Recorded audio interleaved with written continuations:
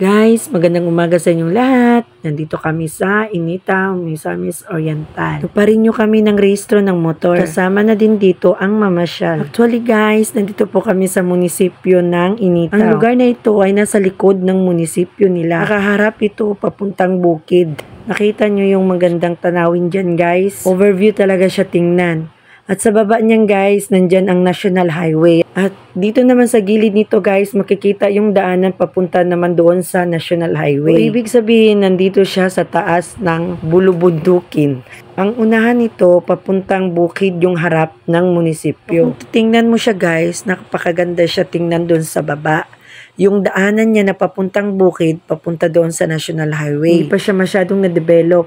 Pero sa bandang to guys, makikita mo yung munisipyo nila. O, tingnan nyo, nasa talikod yan. Doon sa kabila, yun ang harap ng munisipyo nila papuntang bukid.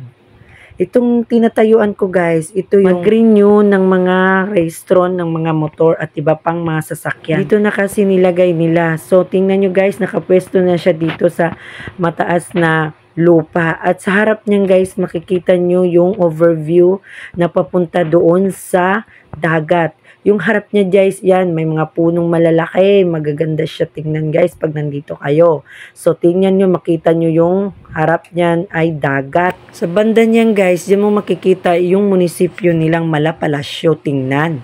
At sa baba naman nito, dito sa banda nito guys, yun yung daanan papunta doon sa labas, papunta ng National Highway. Sigurado talagang napakahangin dito. Maganda ang lugar guys, lalo na tong Malapalasyo nilang munisipyo. Napakaganda tingnan. Okay siya.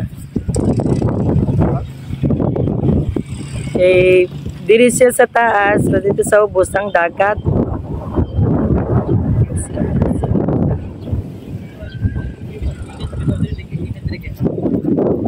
Ay, isa nakakuha na nino. Ibig gibutang po dili ang LTO ba? Ha? Dili po gibutang. Dili po gibutang ang ilang LTO. Guys, tanaw ninyo ang pinakanindot ng munisipyo sa Initaw. Mura siyang palasyo guys.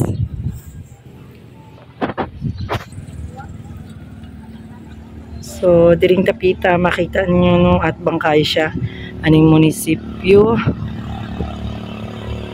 Kung na po diri ang gibutang ilang LTO guys. Kani nga part, ilang LTO. Transmission, so ito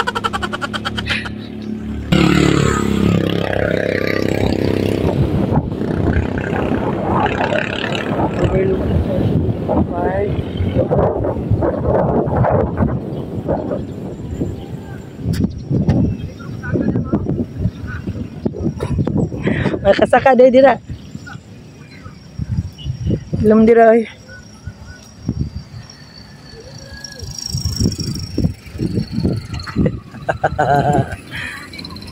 Ay.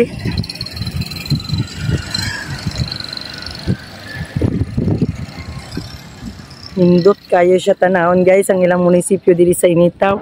Makita ninyo ang murag kanang balay sa palasyo sa Rayna ug hari. Oh. Ana guys. Grabe.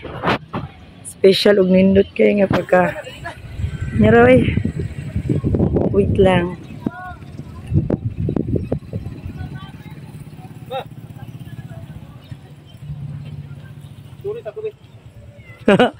Tagadsag. So habang nandito na tayo guys, alam na at i-ready na yung mga selfie natin dyan. So guys, try nyo puntahan dito yung mga taga Mindanao at taga Initaw na hindi pa nakapunta dito sa inyong munisipyo. I'm sure na mapapahanga din kayo sa ganda ng Malapalasyong munisipyo na ito ng Initaw, Misamis Oriental. Sa totoo lang, ngayon lang din ako nakakita ng Malapalasyong munisipyo na katulad nito. Sana naging bahay ko na lang to in future.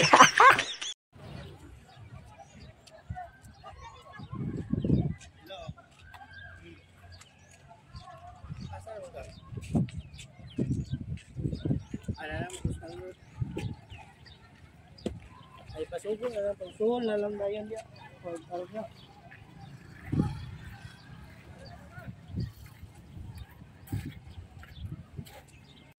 So guys, that's all for this video.